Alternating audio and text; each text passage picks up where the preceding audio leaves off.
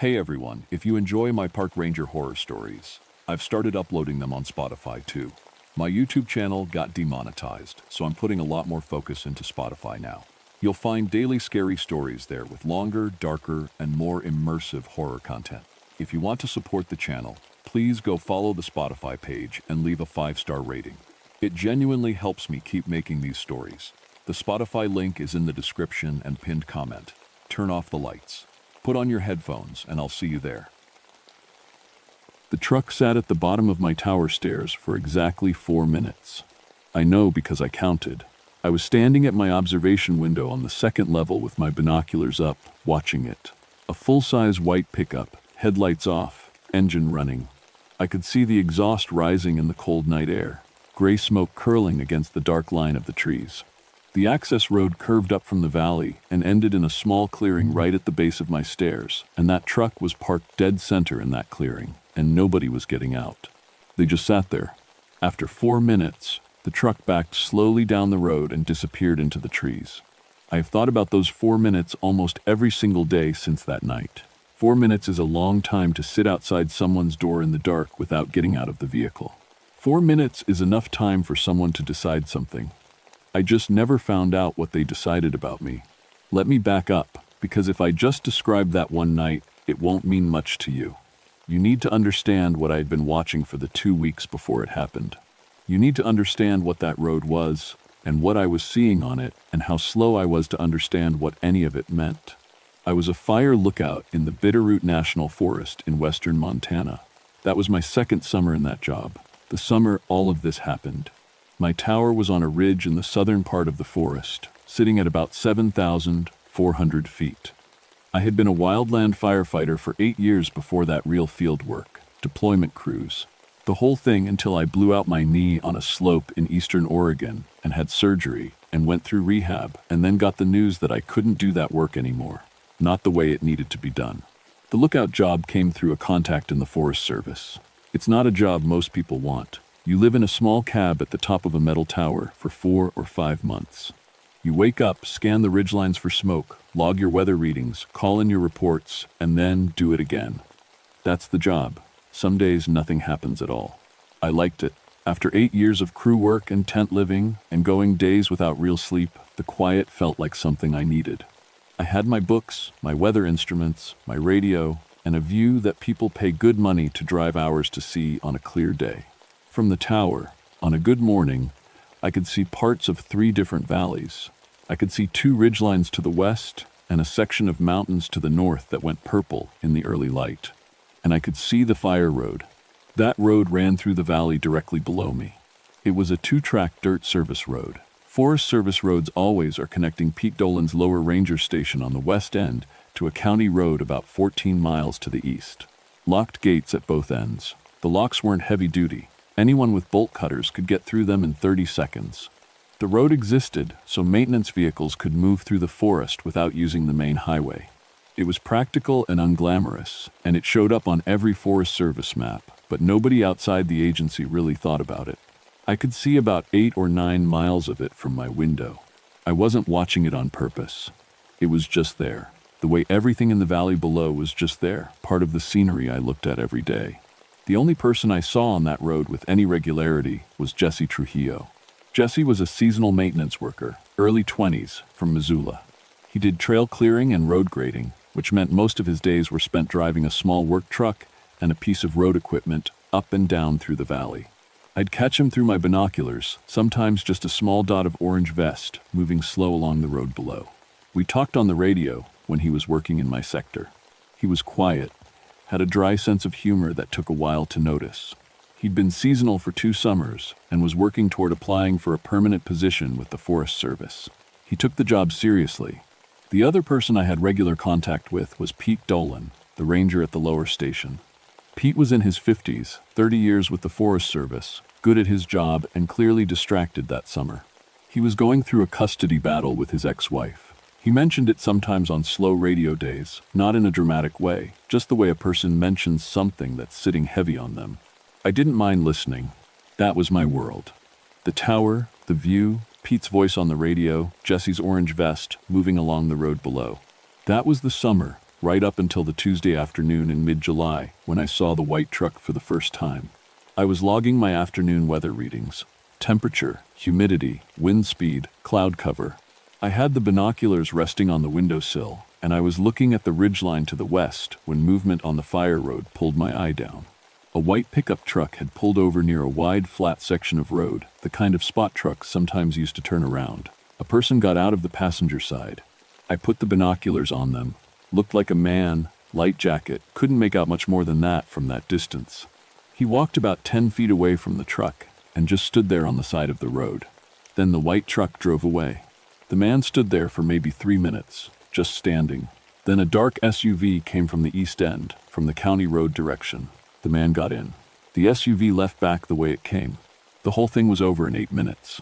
I wrote it in my personal notebook, not my official weather log, just a journal I kept for myself. I wrote something like, saw what looked like a planned vehicle exchange on the fire road, around mile marker 7. 2 vehicles, 1 person on foot between them. Seemed organized. I didn't call it in. I thought about it and decided it wasn't worth bothering Pete. Over. People use those fire roads sometimes without permits. Hunters, mushroom pickers, locals who knew the shortcuts. Unusual things happened in the backcountry all the time. I had been a firefighter. I had seen stranger. I told myself it was probably nothing. 3 days later, it happened again. Same white truck, same section of road. Same pattern: truck pulls over. Person gets out of the passenger side. Truck leaves. Different vehicle comes from the east. Person gets in, vehicle leaves. Different person this time. And this time I had my binoculars on them the whole way through. It was a woman, maybe late 20s, hard to say at that distance. Light-colored shirt, no backpack, no gear, nothing that said hiker or hunter. She stood by the road and looked in both directions a couple of times. When the second vehicle, a dark blue SUV, different from the one 3 days before, pulled up and stopped, she didn't get in right away. She stood there, just for a moment, looking at the SUV. Then she got in. That pause, that's what stayed with me. That small hesitation. I radioed Pete. Pete, quick question. Has anyone been issued permits for the fire road below my ridge, around mile marker 7? A couple seconds of static.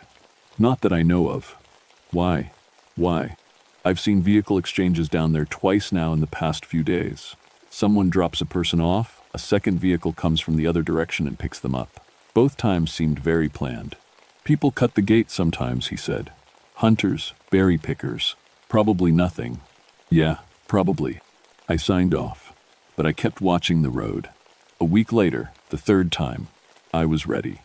Binoculars on the window, notebook open, pen in hand, same white truck, same wide spot on the road.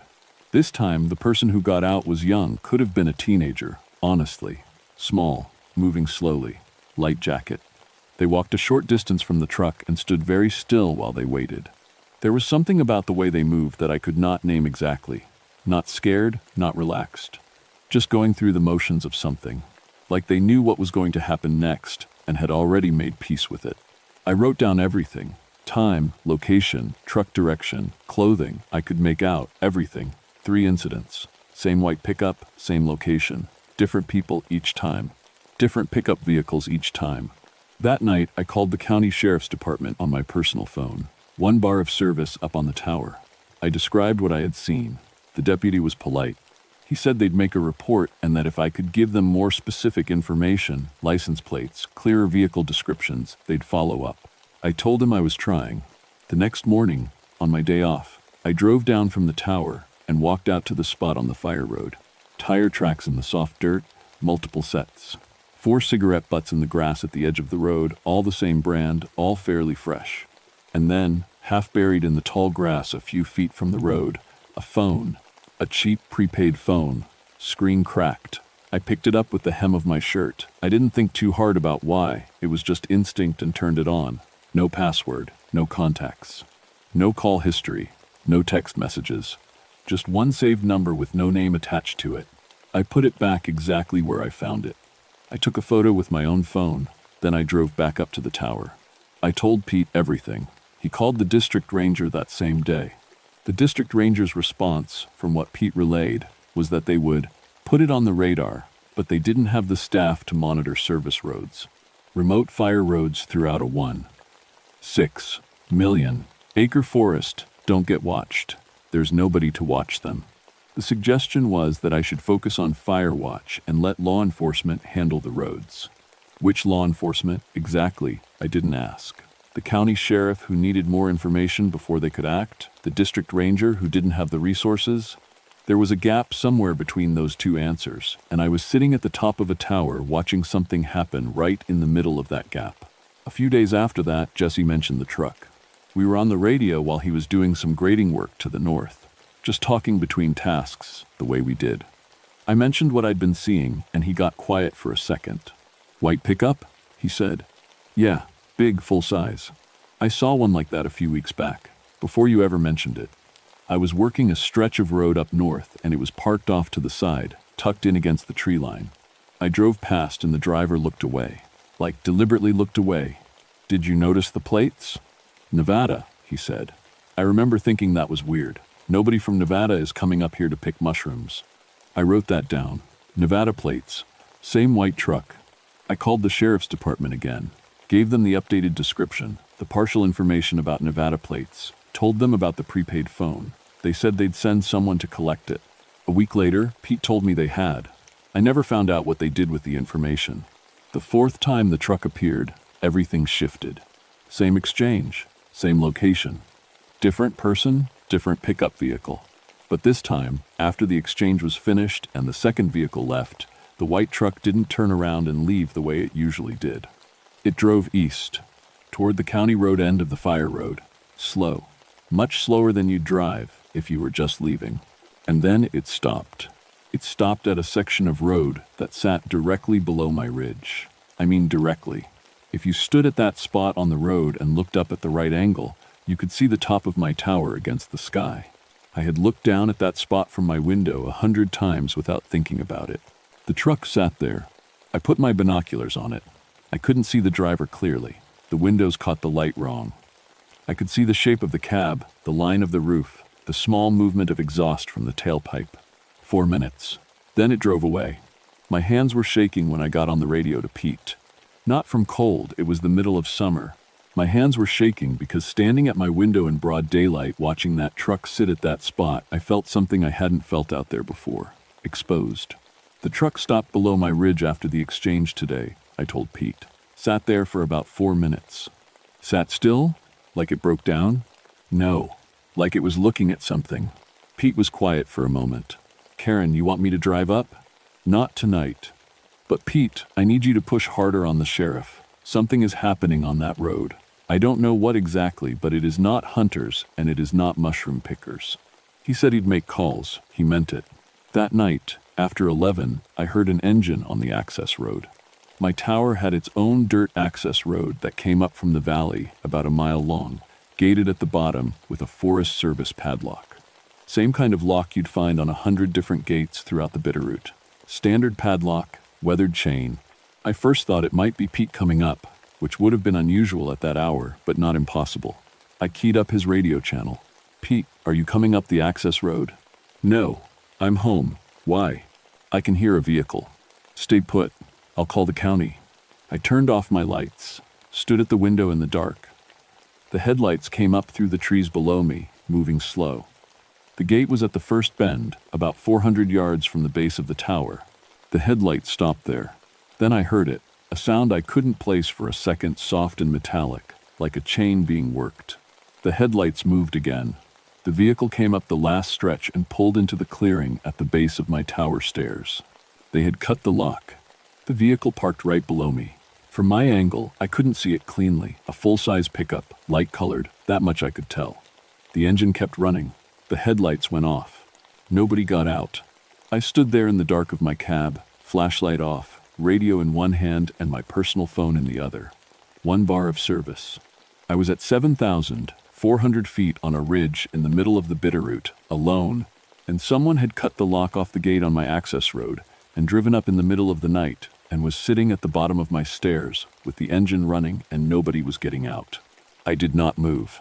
4 minutes. Then the truck backed slowly down the road and was gone.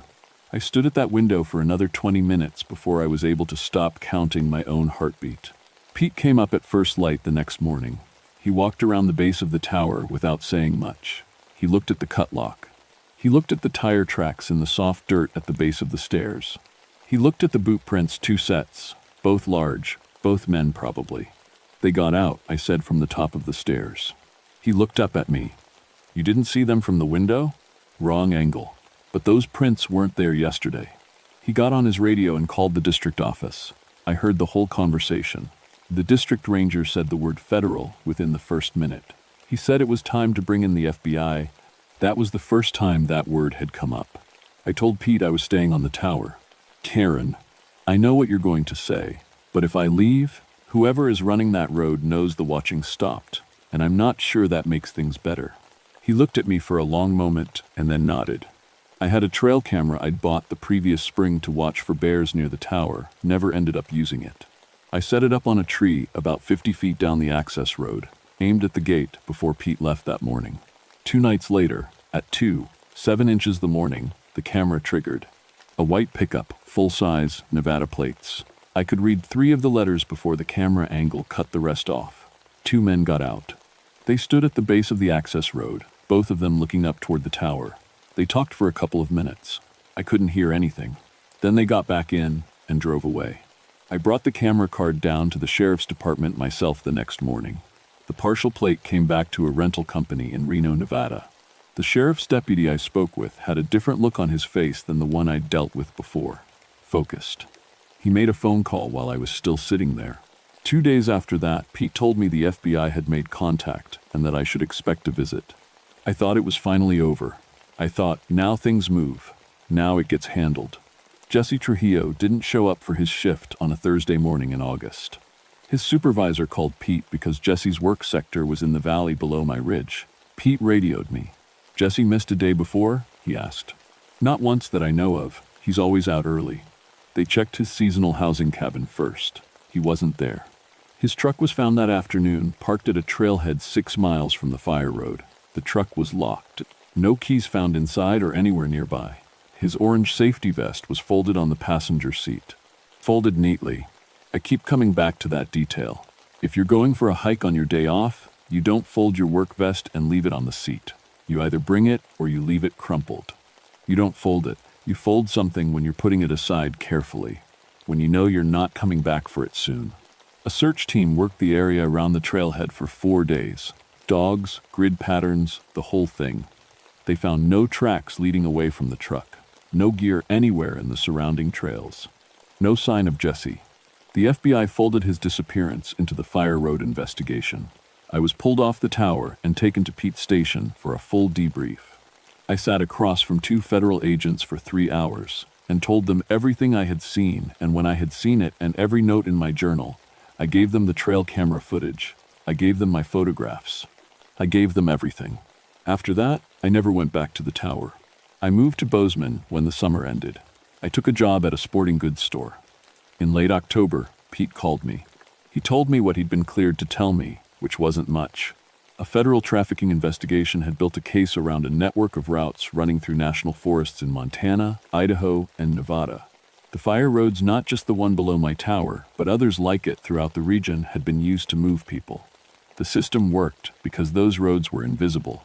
Too remote, too spread out, too many of them for any agency to monitor. The staged vehicle breakdowns were handoff points, out of sight of any highway, out of range of any camera.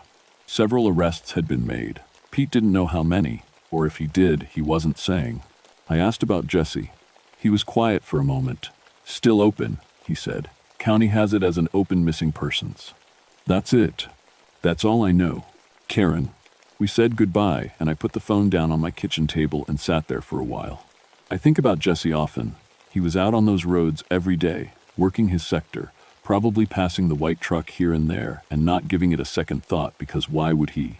He was a 23-year-old seasonal worker who liked his job and took it seriously and was saving up to go permanent. He had a dry sense of humor that took a while to catch. He noticed a Nevada plate because it struck him as odd, and he mentioned it to me on the radio one afternoon like it was a small piece of trivia, not like it was something that mattered.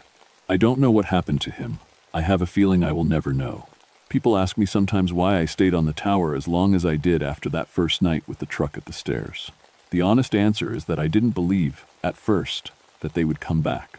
I thought parking outside my door in the dark was a warning. I thought it meant they knew I was watching and that they would stop using the road, and that would be the end of it. But I have learned some things since then, from reading about these cases and from the little bit Pete shared with me. Operations like the one running through that valley don't shut down for a single witness at a lookout tower. A fire lookout is a small variable. They didn't know exactly what I had seen, what I had reported, whether anyone was listening, so they came to look. They parked at the bottom of my stairs and sat there for 4 minutes and decided something. Then they came back twice more before the investigation caught up with them. I was lucky. I know that clearly. I sit with that knowledge every day. The Bitterroot felt like the safest place in the world from up on that tower. Clear sky, clean air, that long quiet valley below with nothing in it but trees and the pale line of the dirt road. It felt like a place that was separate from everything ugly. That's why people love those places. That's why I loved it. That road was not separate from anything. It was a corridor. It had been identified, scouted, and used carefully and quietly by people who understood exactly how invisible a remote road can be. They understood that better than I did, better than Pete did, better than the Forest Service or the county sheriff had thought to. Nobody monitors the service roads. They're too far out, too numerous, too easy to ignore. That's not a failure of any particular person. It's just the reality of a national forest the size of a small state. And people who move other people against their will are very good at finding the spaces between things. I work at the sporting goods store in Bozeman now, and I like it well enough. The customers are mostly people getting ready to go out into the wilderness, hunters, hikers, fly fishermen, families planning their first camping trip. Sometimes I watch them loading up on gear, and I think about what they believe the forest is. Safe, natural, untouched, a break from everything. I don't tell them what I know. It's not my place to say it, and it wouldn't change the forest for them anyway. The forest is still all those things it appears to be. I'm not saying it isn't. I'm only saying that there are roads that run through it that nobody watches, and that some people knew that long before I figured it out from the top of my tower. Those 4 minutes stay with me. The engine running in the dark, the exhaust rising in the cold air, the clearing empty on all sides and nobody getting out of the truck, just sitting there, making a decision. I still don't know what they decided about me. I'm glad I don't know. I think that's the honest thing to say. I am genuinely glad I never found out. There's a section of North Dakota I haven't been back to in almost 7 years. I go out of my way to avoid it, even if it adds 2 hours to the drive. People who know me think that's strange. My wife has asked me more than once to talk to somebody about it. Maybe she's right. But she wasn't standing at the edge of that sinkhole with me when the sun was going down. She didn't see what was at the bottom, and she didn't see Dr. Parr's face when the core sample came up. I don't know what's buried out there. I still don't. And the fact that I'm okay with not knowing, that's the part that should probably scare you most. I spent 6 years as a ranger at Theodore Roosevelt National Park in North Dakota. If you've never been, it's not what most people picture when they think of a national park. No waterfalls. No giant cliffs you can photograph from a paved overlook. It's badlands, dry, cracked earth in reds and yellows and tans. Buttes that rise up out of the flat ground like broken teeth. Cottonwood trees down along the river bottoms. Sky that goes on so far, you stop trying to find the edge of it. Before rangering, I spent 8 years in the National Guard. I liked structure. I liked tasks with clear answers. Rangering suited that.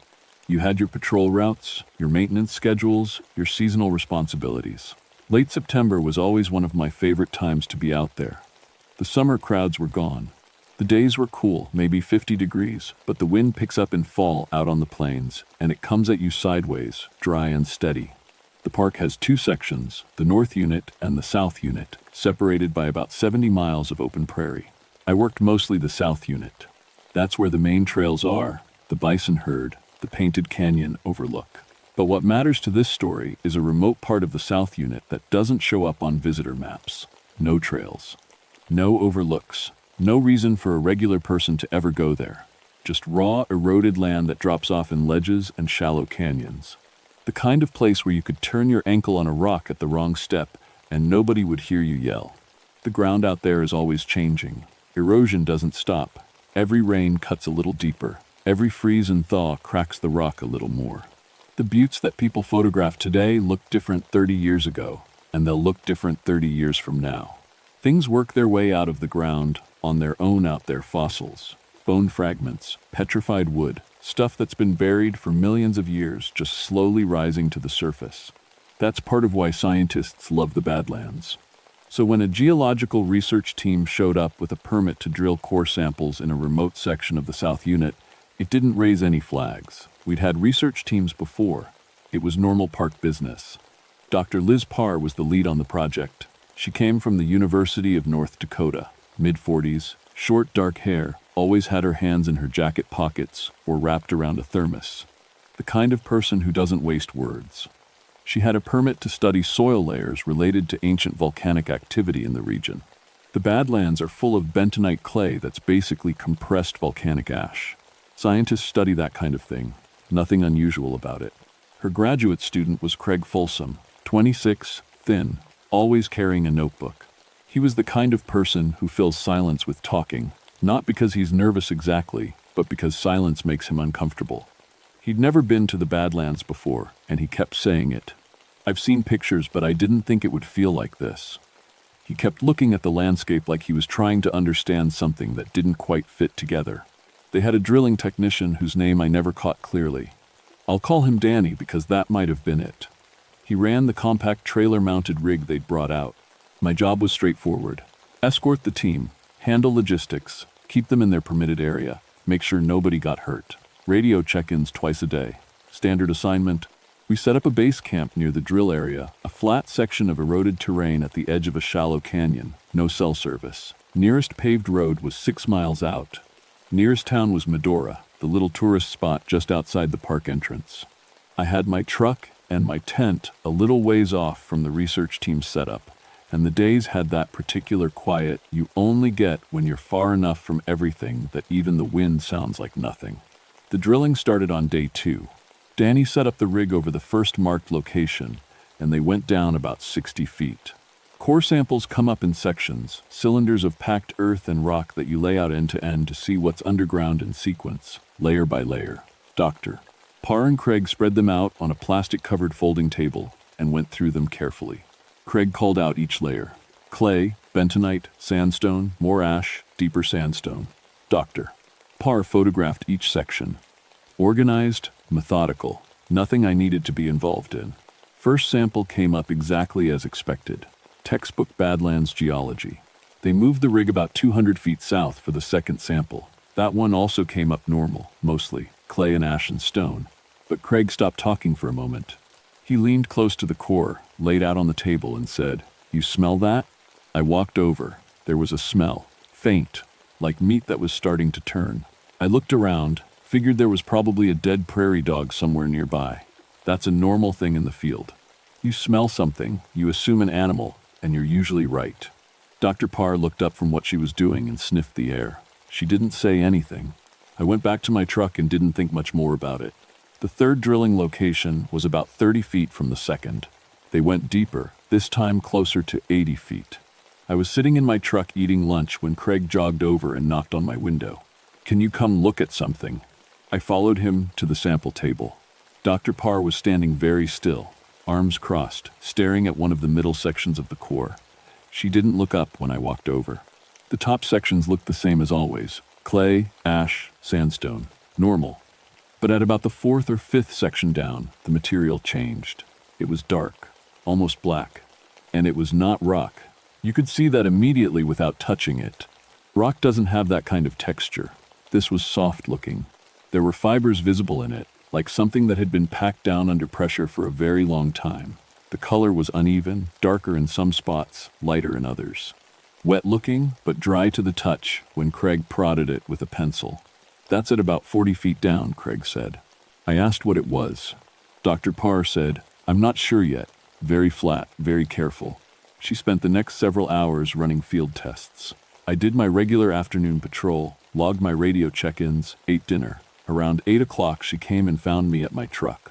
She sat on the tailgate without being invited, which she'd never done before. She sat there quietly for a moment. "It's organic," she said. "Not fossilized. It's preserved, but it's not petrified." The fibers still have structure, like something you'd find in a peat bog. A peat bog is a wet, boggy area where organic material gets buried and preserved by the water and the low oxygen environment. It can keep things, plants, animals, even people in remarkably good condition for thousands of years.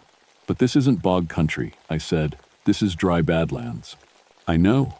So how is it preserved out here? That's what I need to figure out. She looked out at the dark.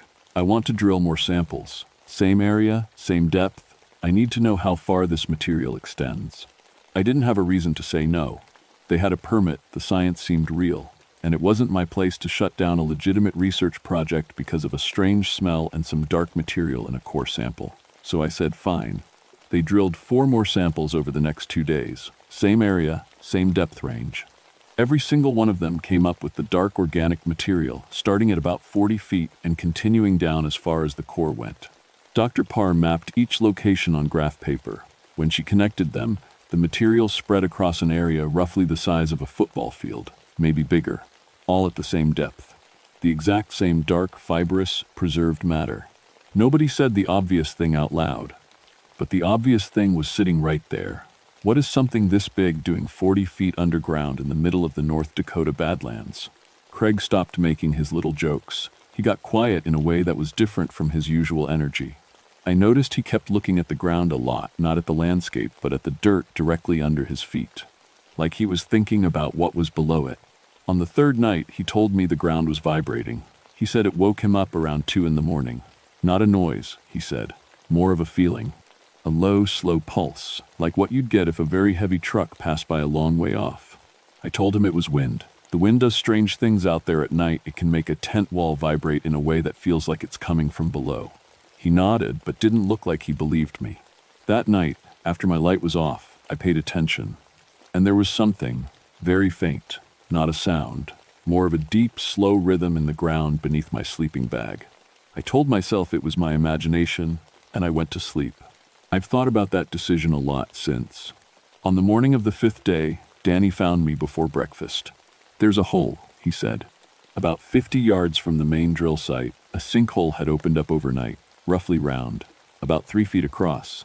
I shone my flashlight down into it. The walls were smooth, not crumbly and jagged the way a normal ground collapse looks. These edges were almost shaped, pressed outward. I called it in to the district office. Reported it as a safety concern. The dispatcher said someone would note it. Dr. Parr walked over and looked at the hole. She crouched down and touched the wall of it. The soil around the edge is compressed outward, she said, not collapsed inward. A sinkhole happens when a void underneath causes the surface to drop into it. The edges fall in. But she was saying these edges were pushed the other direction out, like something below had pressed upward. Nobody had an explanation. There's a rancher named Bev Tully whose property runs right along the southern boundary of the park. Her family has been on that land for over 100 years.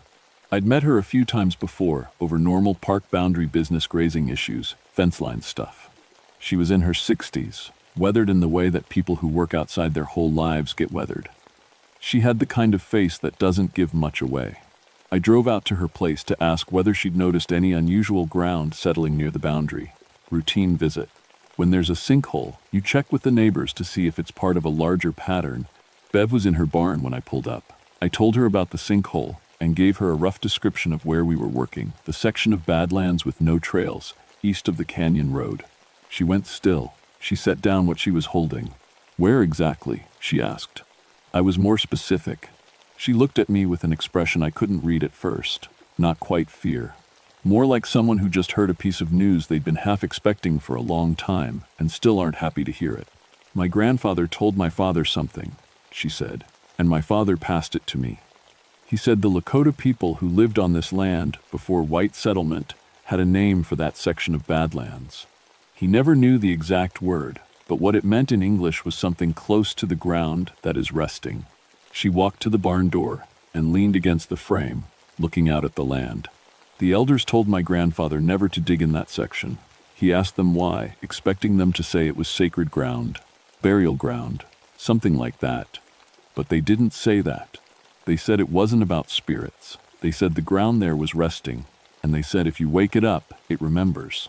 I stood there and didn't say anything. My grandfather took it seriously, she said. He was not a superstitious man. He kept his cattle out of that section his whole life. My father did the same. I've never once dug anything there. Not a fence post, not a water line, nothing. I thanked her and drove back to camp. I want to tell you I dismissed what she said. I want to say it was interesting folklore and nothing more. But it stayed with me the entire drive back. The ground that is resting, and what she'd said after that, if you wake it up, it remembers. When I got back to camp, there was a second sinkhole. This one was about 6 feet across. It had opened about 20 feet from the drill rig, which nobody had been near since that morning. I went to the edge, maybe 12 or 14 feet deep. Same smooth, compressed walls, pushed outward. At the bottom, in the last of the afternoon light, I saw something that stopped me. I've tried to describe this probably 1,000 times, and I've never found the right words for it. At the bottom of the hole, beneath a thin layer of displaced soil, there was a surface. It curved, gently, like you were looking at the very top of something large and round. The color was very dark, almost black, not rock. I've worked around enough rock in 6 years to know what rock looks like. This was something different. The surface was even and smooth in a way that rock isn't. No grain, no fracture lines, no variation, just smooth and dark and slightly curved. I picked up a small stone from nearby and dropped it down into the hole. It hit the surface and bounced back. Not rolled, not settled, bounced. The way a ball bounces off a floor that has some give to it. Like whatever was underneath the surface absorbed just a little of the impact and then returned to its original position. I stood there for a while before I said anything to anyone. When I told Dr. Parr about the surface at the bottom of the sinkhole, she went to see it herself. She was at the edge with a flashlight for about 5 minutes, not saying anything. When she came back, her face was completely unreadable. "I want to request a ground-penetrating radar scan," she said. "I think there's a mass underground." Craig was nearby. He repeated the word. A mass. Something solid, large, down there. Craig looked at the ground. Then he looked at me. "I want to officially say I think we should leave." Dr. Parr didn't respond to him. I radioed the district office and formally requested a USGS geologist to come out and evaluate the sinkholes as a safety hazard. Standard procedure when you have 2 collapses near an active drill site. A man from the USGS named Patterson arrived 2 days later. He walked the sinkhole sites, took measurements, took photos. He went to the edge of the second one and looked down for a long time. "Subsurface void collapse," he said. He meant the drilling had disturbed an empty space underground, and the surface had dropped into it. Dr. Parr asked him, "Does void collapse typically result in perimeter soil being pushed outward rather than collapsing inward?"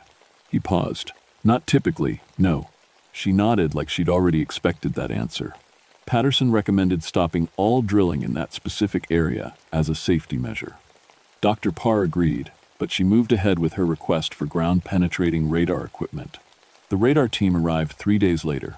They dragged their equipment across the site in a grid pattern, the data building up on a laptop screen as a sideways image of everything underground, different layers showing up as different shades, denser material coming up darker. I watched over the technician's shoulder.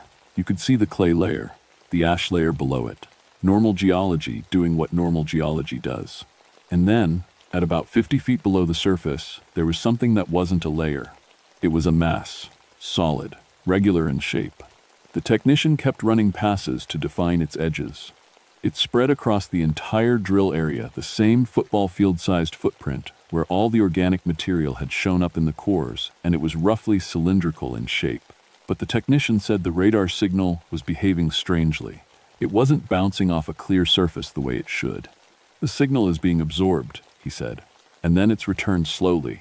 I've never seen that. It's like it's going into something and having to come back out." Patterson said nothing. Dr. Parr studied the screen for a long time without speaking. She asked how large. The technician measured on screen. At minimum 40 meters in the longest dimension. That's about 130 feet. That night, around 11, I woke up to a sound. Deep and cracking, like ice breaking on a lake, but lower in pitch and slower. Then a long screech of metal. I got out of my tent and ran toward the sound. The second sinkhole had expanded. 6 feet across had become 25 feet across, and the drill rig that Danny had parked near the site had gone into it. The front end was down in the hole at a sharp angle. The trailer hitch snapped. It wasn't coming out without a heavy crane. All four of us stood at the edge with flashlights, looking down. The bottom of the hole was now maybe 20 feet down, and the curved surface was exposed across the entire floor of the sinkhole, not just a small patch. It went from one side to the other. All that dark, smooth, slightly curved surface. And I could see now, clearly in the flashlight beams, that the surface was responding to the weight of the drill rig resting on it. Very slowly, the sections of the rig's metal frame were pressing into the surface barely, maybe a fraction of an inch, and then, just as slowly, the surface was pushing back, not collapsing, not cracking, just absorbing the weight and returning, like watching something breathe. Very, very slowly. Craig said, "I'm packing up." He walked back to his tent, and nobody stopped him. Dr. Parr tied a rope around her waist, anchored the other end to a truck bumper, and lowered herself down into the hole. She stopped about 15 feet down, hanging above the surface, and used a scraper tool to collect a sample from the exposed area. She came back up. She didn't show us what was in the container. She sealed it immediately and put it straight into her pack. I asked her what she saw up close. She was quiet for a moment. She said, "I think the ground is resting for a reason." Then she walked back to her tent, and that was the last real conversation I had with her on that site. I called the district office the next morning and reported a drill rig in a sinkhole, expanding ground collapse, and a research team requesting early departure. They told me to close the area and document everything with photos and incident reports. I filed 3 incident reports over the next 2 days. I was thorough. That was my training. Dr. Parr and Craig and Danny loaded up and left on a Tuesday morning. Dr. Parr shook my hand before getting in the truck. She had circles under her eyes. She looked at me and said, "Don't go back to that site alone." Then she got in, and they drove off. Craig waved from the passenger window as they went. He looked relieved. He also looked scared in a way I recognized, not the kind of scared that comes from not knowing what's happening, but the kind that comes from understanding something and wishing you didn't. I put up the closure signs, marked the exclusion zone in the system, and turned in my incident reports. 2 weeks later, a federal research team arrived. 3 government SUVs, and 2 vehicles behind them that I recognized as Army Corps of Engineers equipment. My supervisor reassigned me to visitor center duty and said the project was under a federal permit classification that restricted field staff from involvement. I asked what they were doing out there. He said he wasn't sure. I tried to go back to the site once to check on it. A man in an unmarked jacket stopped me at the boundary, not rude about it, just firm. He showed me a federal ID and said the area was temporarily restricted. He said the word temporarily with the kind of tone that doesn't actually mean temporary. I finished my season at Theodore Roosevelt in November and transferred to Glacier National Park in Montana. New mountains, different terrain. I'd been thinking about a transfer for a while, and after that fall, the decision felt easy. Before I left, I asked around quietly about what had happened at the site. None of the other rangers knew anything. The official log just listed the area as under federal review, surface instability. 7 words. That was it. About 6 months after getting to Glacier, I started looking for Dr. Parr's research. The University of North Dakota Geology Department had her listed as faculty. Her most recent published paper was from the year before our project. Nothing from the following year. Nothing about Badlands soil. Nothing about the South Unit. Nothing. I sent an email to the department asking about any publications related to Theodore Roosevelt National Park. A department assistant wrote back and said, "Dr. Parr was currently on sabbatical, and they couldn't provide a forwarding contact." I looked up Craig Folsom's social media. He had a few accounts. The last post on each one was from around the time they left the site. A few landscape photos from North Dakota. No captions. Then nothing. No goodbye post, no account deletion. Just silence. I reached out to a few geology contacts I'd made over the years. Nobody had seen Dr. Parr at any conferences recently. One professor told me her disappearance from the field had been noticed by people in the department. He used the word disappearance like it was a straightforward academic observation. I sat with that word for a while. 3 years after leaving Theodore Roosevelt, I was using a satellite mapping application on my laptop for something unrelated. And on an impulse, I looked up the coordinates of the drill site. The terrain had changed. The section where we drilled the Badlands with its eroded buttes and layered canyons had sunk, not by a foot or two, by about 4 feet across the whole area. You could see the difference clearly compared to the surrounding ground. A broad, shallow bowl in the landscape where before it had been flat. If you didn't know what you were looking at, you'd think it was just a depression. Normal erosion. The Park Service listed it as a natural erosion event in a report I found later. Subsidence consistent with known geological processes in the region. Nobody who hadn't been there would have any reason to question it. About a year after I found the satellite image, my phone rang late on a Thursday night. Unknown number, North Dakota area code. It was Bev Tully. She didn't say hello, she just started talking. They came back, she said. Not the scientists. Different people. They came with big trucks and equipment, and they worked out there for about 3 weeks. My hired hand saw them from the ridge. I asked what they were doing. Pouring concrete, an entire section, multiple truckloads. They had a big mixing unit and everything. I thought about the curved surface at the bottom of that sinkhole, about the slow way it breathed. They told the county it was road maintenance, Bev said. Her voice was flat and even, the voice of someone who's kept it together for a very long time. They filed paperwork with the county road office, road maintenance. I said, "There's no road out there." "No," she said, "there's not." Silence. Then she said, "Mike, my grandfather kept his cattle away from that section for his whole life. My father did the same. I've done the same. We never asked that land to be anything it wasn't. We just left it alone." Her voice dropped just slightly. "I don't know what those people did. I don't know if it was the drilling or the concrete or what. But I drive past that boundary sometimes and look out there, and it feels different now. It doesn't feel like it's resting anymore." I asked her what it felt like now. She was quiet for a moment. "It feels like something that's been awake for a while," she said. "Just waiting to see what happens next." She said goodnight and hung up. I don't know what's under that ground. I've thought about it for years, and I've never landed on an answer that fits all the pieces. I know what it wasn't. It wasn't rock. It wasn't fossil. It wasn't any kind of natural formation I've ever read about. I know the radar showed something roughly cylindrical, about 130 feet long, 50 feet underground, absorbing signals instead of bouncing them back. I know the sinkholes pushed outward at their edges rather than collapsing inward. I know the surface at the bottom had give to it like it was alive and breathing, just very slowly. I know that the Lakota, who lived on that land for generations before anyone else knew something about it, they knew it well enough that the warning survived for over 100 years, crossed cultural lines, landed in a ranching family's memory, and stayed there. The ground that is resting, that phrase is accurate. That is exactly what it looked like, something enormous, underground, that was not dead and not fossilized and not stone. Something that was preserved and still, and very, very quiet, resting. I know that when people started disturbing it, the ground around it changed. The sinkholes, the pulse I felt in the ground at night. The animals that had quietly moved out of that section of Badlands before we ever arrived. Bev told me that later, that she hadn't seen deer or pronghorn near that boundary for months before the drilling started. Like they already knew. I know that concrete was poured over it. I know that Dr. Parr's research was never published, and that she walked away from her academic career after leaving that site. I know Craig Folsom's social media stopped the day they drove away. I know a federal team with military-looking equipment came in, worked for 2 weeks, and left without filing a single public document I could ever find. What I don't know, what I think about more than anything, is whether all that concrete was poured to keep something out, or to keep something in. I don't go back to that part of North Dakota. I've made my peace with that.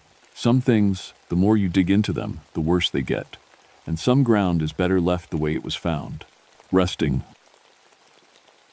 The thing that still gets me even now, years after I left NPS, isn't what happened on the roof that night.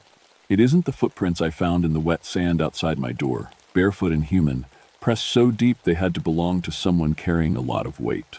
It's what I found buried in the sand at the back of a sea cave on the north shore of San Miguel Island. A plastic bag, wrapped tight, and inside ranger patches, NPS patches from parks all over the country, different designs, different years. The oldest one I could make out was from 1974. Someone had been collecting them for a long time.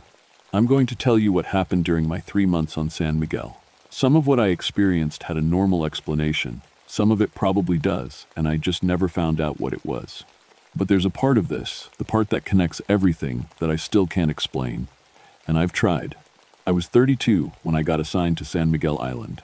I'd just finished a seasonal position at Joshua Tree, and I was looking for something different. I wanted somewhere quiet, somewhere remote. A lot of rangers talk about wanting that, but most of them don't mean it. They want the idea of remote. They don't want to actually be alone. I meant it. San Miguel Island is the westernmost island in the Channel Islands chain, about 30 miles off the coast of Santa Barbara, California. It's the least visited island in the park by a wide margin. Access is by boat only, and the weather out there is unpredictable enough that the boat doesn't always make it. No cell service, no public facilities, no other people, most of the time. The island itself is about 9 miles long and 4 miles wide. It looks different from what you'd expect from a California island. There are no palm trees, no pretty beaches with clear water. It's mostly rolling grasslands and sand dunes, shaped by wind that blows almost constantly from the west. The weather changes fast. Fog comes in off the Pacific in the afternoon and sometimes doesn't lift for days. The thing that struck me most when I first read about the island, and the thing I'd think about a lot later, was the caliche ghost forest. Caliche is a mineral. When old trees die and get buried in the sand, the caliche in the soil sometimes forms a cast around the roots and the trunk. Over thousands of years, the wood rots away, but the mineral cast stays. What you're left with is the shape of a tree, a hollow white shell standing in the sand where the actual tree used to be. San Miguel has hundreds of these. Some of them are 6 or 7 feet tall. They stand in clusters in the sandy clearings, pale white, with no leaves, no branches, just the basic shape of something that was once alive. At dusk, when the sun is low and the shadows are long, they look like people standing in a field. I thought that was interesting when I read about it. I thought it was a lot of other things once I was actually there. I arrived on a Tuesday in early March. Captain Ray Choi brought me out on the park's supply vessel, the Sunfish, a steel-hulled workboat that the Channel Islands headquarters uses for resupply runs to all the islands. Captain Choi had been running supplies to the Channel Islands for almost 15 years at that point. Korean-American guy, early 60s, built like someone who spent his whole life on boats. Not much of a talker, but he answered questions straight. It was a 3-hour ride from the mainland. The water got rough about an hour out, and I spent most of the trip below deck holding onto a railing and trying not to think about how far from shore we were. When we came around the west end of the island, and I got my first look at San Miguel, the weather was doing something I'd come to recognize as typical low fog, sitting right on top of the island like a lid, wind coming hard off the water, and a sky that couldn't decide if it was going to rain or not.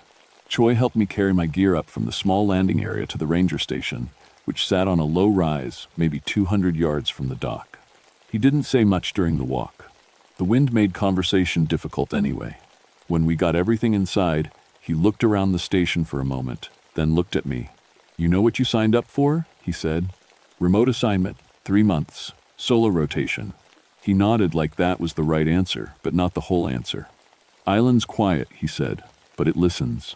I didn't know what to say to that, so I didn't say anything. He told me he'd be back in 2 weeks with the next supply run, said I had the radio frequency for the mainland office and for his boat, and then he left. I watched the Sunfish head back east until the fog swallowed it. Then I went inside and started getting set up. The ranger station was small.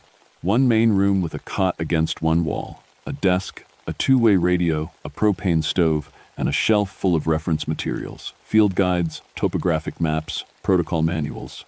A small bathroom, a storage area off the back with equipment, binoculars, measuring tools, sample collection kits, a first aid kit, rain gear.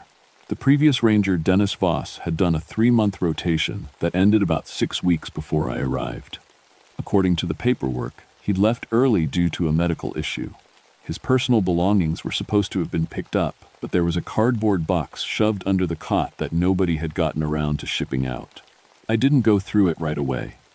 I spent my first week getting into the routine. Ranger duties on San Miguel aren't complicated, but they're consistent. Every morning, I do a weather check and radio in my daily status report to Helen Pasco at the mainland office. Helen was the chief ranger at Channel Islands headquarters, late 40s. Always sounded a little exhausted on the radio, like she was managing too many things at once. Then I'd head out for the day's patrol. The island has a few maintained trails, but most of the monitoring work involves walking areas that aren't on any trail. The west end of the island has the largest northern elephant seal colony in the world. During pupping season, thousands of seals. My job was to monitor their numbers, check for sick or injured animals, and make sure no visitors who'd made it out on a private boat were getting too close. The North Shore was the most rugged part of the island. Sea caves cut into the sandstone bluffs, some of them accessible at low tide, some of them only reachable by climbing. I was supposed to check them periodically for erosion damage and make sure no unauthorized camping was happening. I did my work. I kept my logs. I called in my reports. The first week passed quietly. The second week, I was looking for a spare flashlight battery, and I opened Dennis Voss's box. It wasn't like I went digging through his things. The batteries were in a bag near the top. I moved a few items around to reach them, and that's when I saw the journal. Leather-bound, kind of worn. His name was written in ballpoint pen on the inside front cover. I should have set it aside. I know that. But I read the first page, and then the second, and I couldn't stop. It started the way you'd expect. Weather observations, wildlife counts, practical stuff.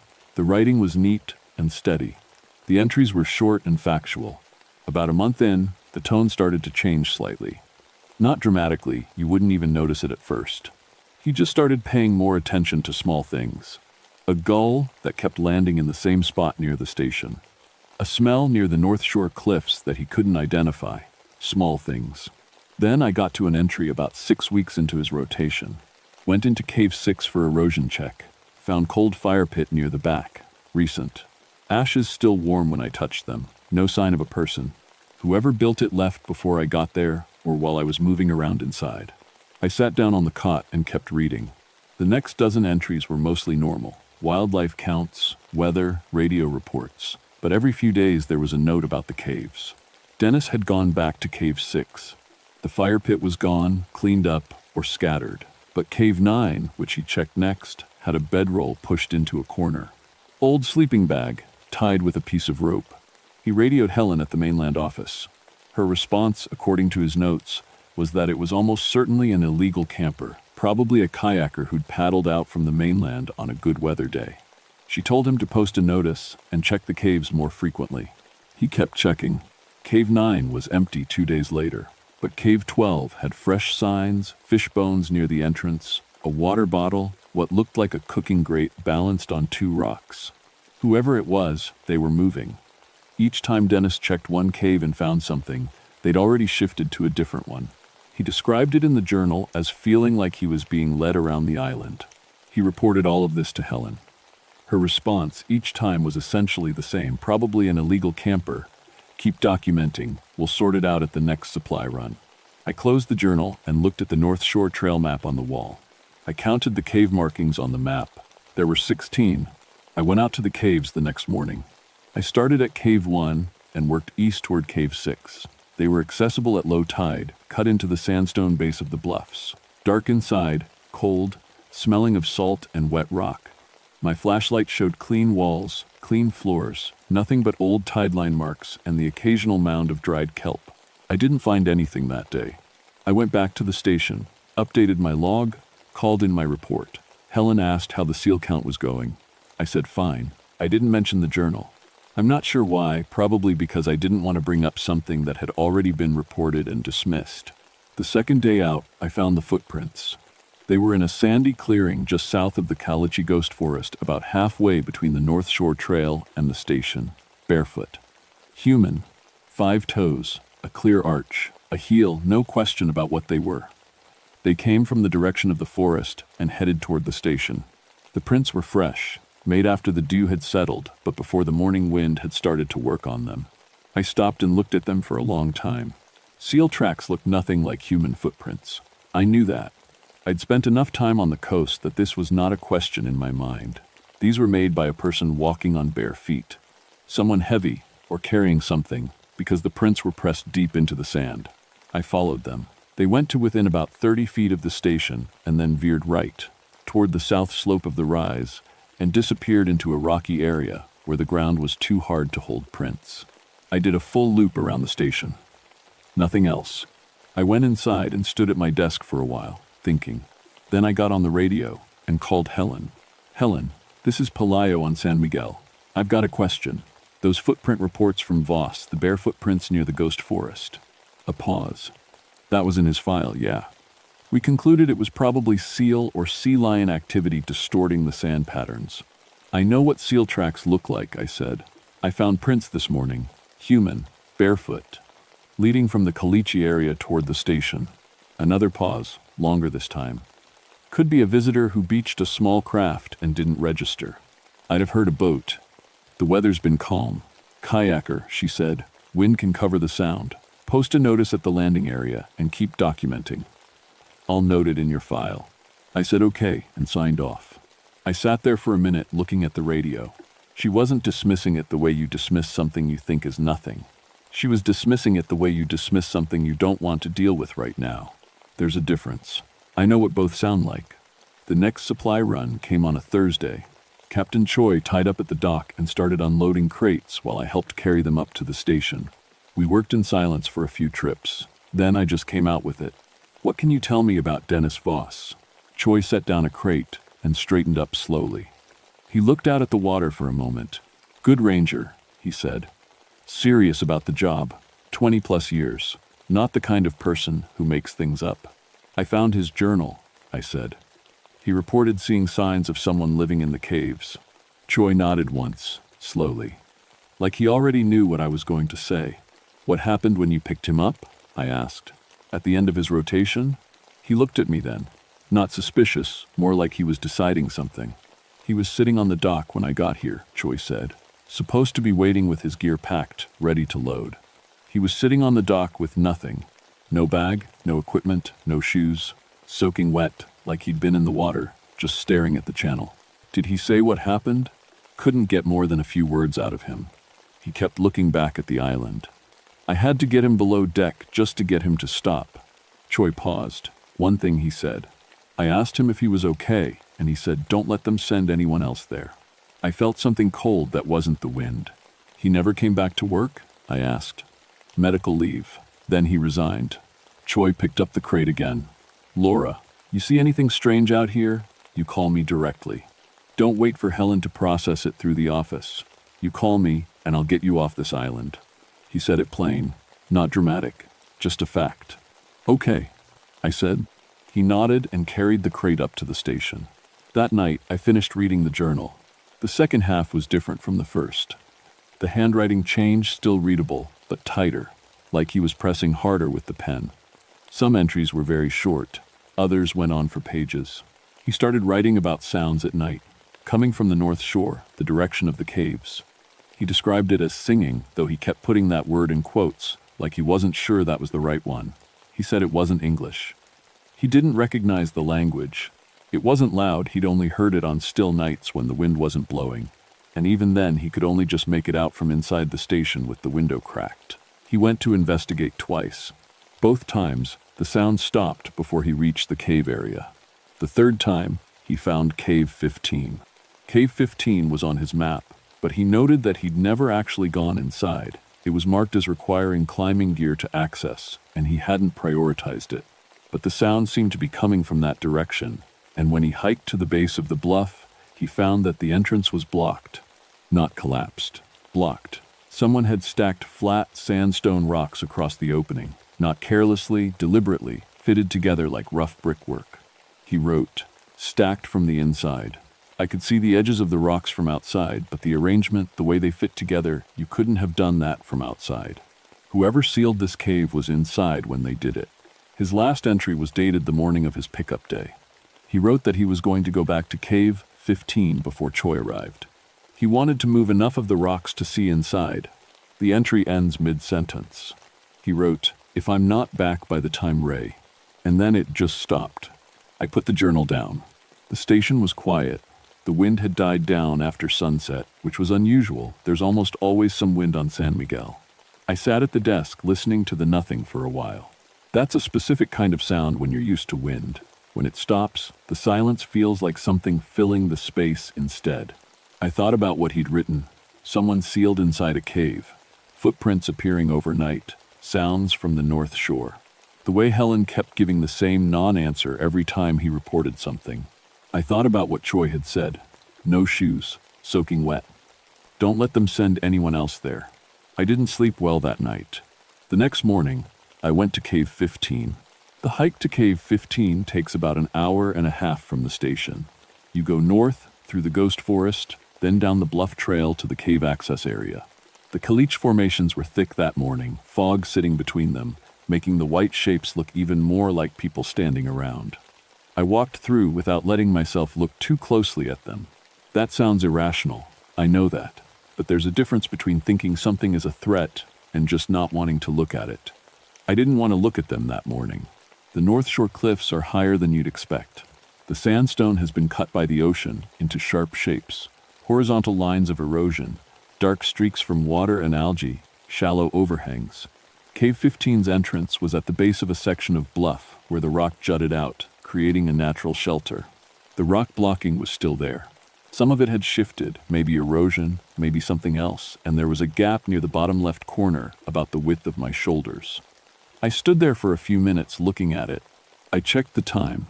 I had my radio clipped to my chest. I had my flashlight. The weather was clear, and I had 4 hours before the light started to go. I got down and squeezed through. Inside, the cave went back much further than I expected. The entrance opened up into a passage that curved slightly to the right, then widened into a main chamber about 30 feet across. The ceiling was maybe 8 feet high. My flashlight picked up clean rock walls, a sandy floor, and a smell salt water and something else underneath it. Something like damp cloth or old wood that's been wet too many times. The cave went back further. Another passage at the far end of the main chamber, going slightly downhill. I followed it. It opened into a second chamber, larger than the first. And here, up on a natural rock shelf, about 3 feet off the ground, above where the tide could reach, there was a living space. There's no other word for it. A living space. Woven grass mats on the shelf, old and stiff, but still in one piece. A flat rock that had clearly been used as a surface for preparing food. There were knife marks on it and old grease stains. A tin container that might have once held something. A pile of what had been cloth, now mostly rotted down to fibers, but with a few strips still holding their shape. And the walls of the second chamber were covered in marks. I got up close with my flashlight. Tally marks.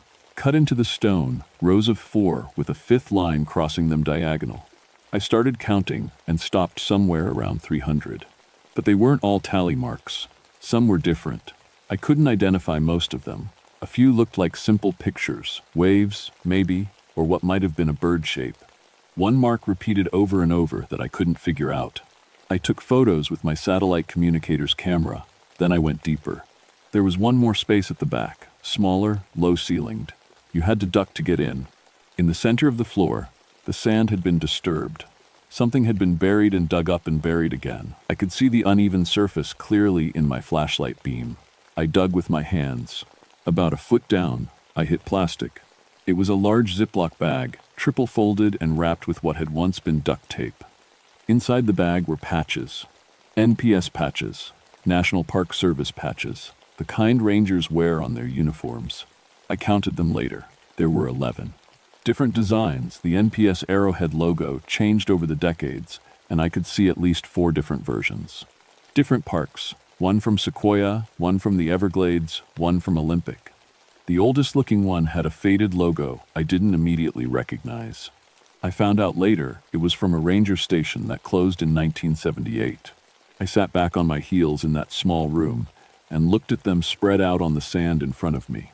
I thought about Dennis Voss, about rotation schedules, about how many rangers had been through San Miguel over the years, about how many could have left something behind. I got out of the cave. I'm not proud of how fast I moved, but I moved fast. The hike back was different from the hike out. Every sound registered. The wind had picked up and the long grass was moving in it, which made the whole hillside look like it was shivering. I went through the ghost forest at almost a jog, not looking at the formations. Except I stopped once. I had to. About halfway through the caliche area, there was a cluster of formations I'd walked past a dozen times before. I knew their shapes when you walk the same ground every day. You start to know what things look like, where things are. The 2 that stood close together in a Y shape near the east path, the tall, narrow one that leaned slightly north, the short, wide one at the end. There were 2 shapes in that cluster, that I didn't recognize. The fog was heavy. I couldn't see clearly. But the shapes were wrong. They were in the right area, but they weren't the right height, and they weren't the right color. The caliche is a dull, chalky white. These two shapes were slightly different. A little darker, more upright, smoother. I stood there for maybe 10 seconds. The shapes didn't move. I kept walking. I didn't run, but I walked at a pace that was close to running, and I didn't stop until I was back at the station with the door closed behind me. I got on the radio immediately. "Helen, this is Pelayo on San Miguel. I need emergency extraction as soon as possible." A pause. "Laura, what's the situation?" "I found evidence of long-term unauthorized habitation in Cave 15 on the North Shore. Multiple NPS ranger patches from various parks and dates. I have photos. I'm requesting immediate extraction." Another pause longer. "Is there any immediate threat to your safety?" "I don't know." "Are you injured?" "No." "I understand your concern. Let me check the weather window." Static. Then, "Earliest we can get a boat to you is 3 days, Laura. There's a system moving through the channel. I'll notify the appropriate response teams and we'll escalate the protocol." 3 days. "I know that's not what you want to hear. Stay in the station after dark. Document everything you can. I'll have Troy on standby." I signed off and sat there, looking at the wall. 3 days. The first day was mostly fine. I stayed close to the station. I documented everything, the photos from the cave, sketches of the living space, my descriptions of the tally marks, the ranger patches laid out and photographed one by one. I wrote a detailed incident report. I kept the radio charged. I kept busy because keeping busy kept me from sitting still and thinking too hard. The second night, I heard something. I'd been in that half-sleep where you're still aware of sounds, still processing the wind, the distant seals, the normal noises of the island. When I heard it, some part of my brain had already registered it before I was fully awake. Footsteps on the roof. Slow, one at a time. Deliberate. Our roof was corrugated metal. It had a specific sound in the rain, and when gulls walked on it, I'd gotten used to both. This was different. This was heavier, human weight heavy. Step, step, step, crossing from one end of the station to the other, maybe 30 feet. Then a pause. A long pause, long enough that I thought maybe it was done. Then step, step, step back. I lay in my cot without moving. I went through every rational explanation I could think of. A large bird. I couldn't think of a bird heavy enough. Not even a pelican gets close to that sound. A seal, somehow on top of the building? The roof is not reachable from the ground on any side. It's a raised structure on a concrete pad with eaves 6 feet up and no access from the slope on the east side. There's no way an animal was up there. The footsteps went back and forth for 2 hours. I know it was 2 hours because I watched the clock and I didn't move from my cot the entire time. Around 3 a.m., they stopped. I didn't sleep after that. When light came up, I waited a full hour before I went outside. Then I went around to the back of the station where the ground rises enough that someone could get to the roof. There were muddy footprints on the corrugated metal. Human footprints. Barefoot. They went back and forth across the roof exactly the way I'd heard from one end to the other, back and forth, back and forth. I stood there looking at them until I felt cold all the way through, and then I went back inside and called Choi directly. "You available?" I said when he picked up. "Checking weather now. I can be there tonight if the system clears faster than forecast. Might be rough going." "Come tonight," I said. "Come whenever you can." He said okay and hung up. I spent the rest of the day in the station with the door latched. I kept the radio volume up. I wrote in my log. I made myself eat something. In the early afternoon, I thought I heard the singing Dennis had described. A sound from the north, from the direction of the caves. Not music exactly, no melody I could pick out, but rhythmic. More like something repeating. It lasted about 3 minutes, and then the wind shifted, and it was gone. I wrote it down. Choi arrived at dusk. The boat came in rough, the weather wasn't fully clear, and I could hear the waves before I could see his running lights. I had everything packed and was waiting at the dock before he even tied up. He didn't say anything about the state I was in. He just helped me get my bags aboard and got the boat moving.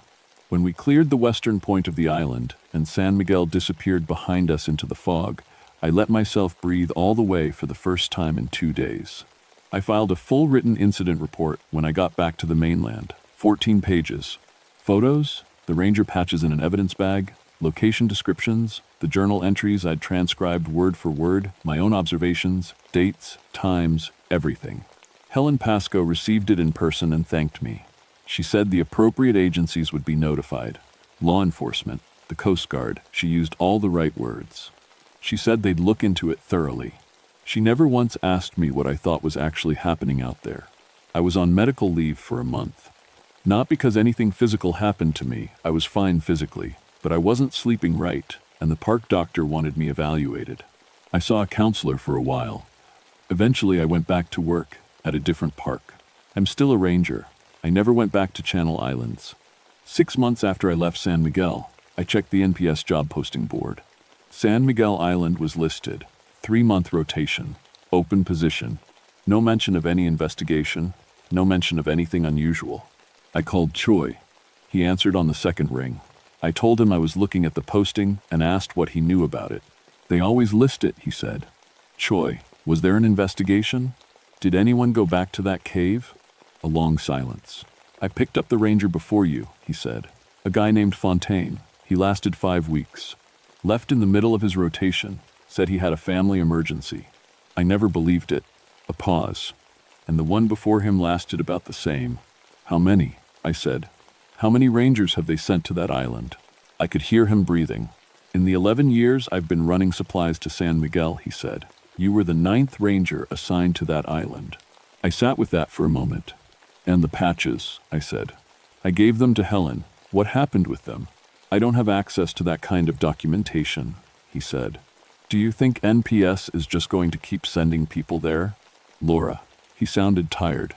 I think they already sent a 10th. Neither of us said anything for a moment. You want my advice? He said. Yeah. Don't check the posting board anymore. I've thought about this a lot in the years since. Who was living in those caves? How long they'd been there? What they wanted from the rangers, or what they took from them. The patches. That's what I keep coming back to. There were 11 patches in that bag. The oldest one dated to around 1974. 11 rangers over maybe 50 years. But Choi said 9 rangers in 11 years. Those numbers don't add up the way you'd expect. Either patches came from somewhere else, or this has been going on much longer than just San Miguel Island. Or both. I looked up the parks on the patches I could identify. Olympic National Park, the Everglades, Sequoia. Parks in different corners of the country, nothing connecting them geographically. Islands aren't the only remote assignments in the NPS. There are a lot of places you can send a lone ranger and have them completely cut off from help. I don't know if whoever was in those caves had anything to do with what happened to those rangers. I don't know if anything happened to those rangers at all. Maybe they just left patches behind accidentally. Maybe everything I experienced has an explanation I haven't thought of. But Dennis Voss walked into those caves and came out soaking wet with no shoes and couldn't speak. And he said, "Don't let them send anyone else there." And they sent 8 more people after him. The Caliche Ghost Forest at San Miguel Island looks like people standing in a field at dusk. The fog comes in off the Pacific and fills the spaces between those white mineral shapes, and in low light, from a distance, it really is hard to tell what's a formation and what isn't. I know the difference now, or I think I do. I think about those 2 shapes I saw in the ghost forest the afternoon I found the cave. The ones that were the wrong color, the ones I walked past and chose not to look at directly. They didn't move, I'm sure of that. But here's what I can't stop thinking about. I retraced my route exactly. I know I walked through the same part of that forest on the way in and the way out. And I've been trying for years to remember, were those 2 shapes in the same spot on the way back as they were on the way in? I can't say for certain that they were. I still have a photo of Dennis Voss's last journal entry on my phone, the one with the unfinished sentence. I don't look at it often. But I think about what he started to write. If I'm not back by the time Ray, he was making a plan. He knew going into Cave 15 that he might not come back out. And whatever he found in there, he did come out. He made it to the dock. He was sitting there when Choi arrived. Barefoot. Soaking wet. Couldn't speak. Came out, but not the same way he went in. The sea caves on the north shore of San Miguel Island are accessible at low tide. They go back further than you'd think.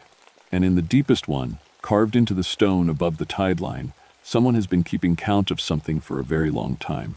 I never found out what they were counting. I'm not sure I want to know.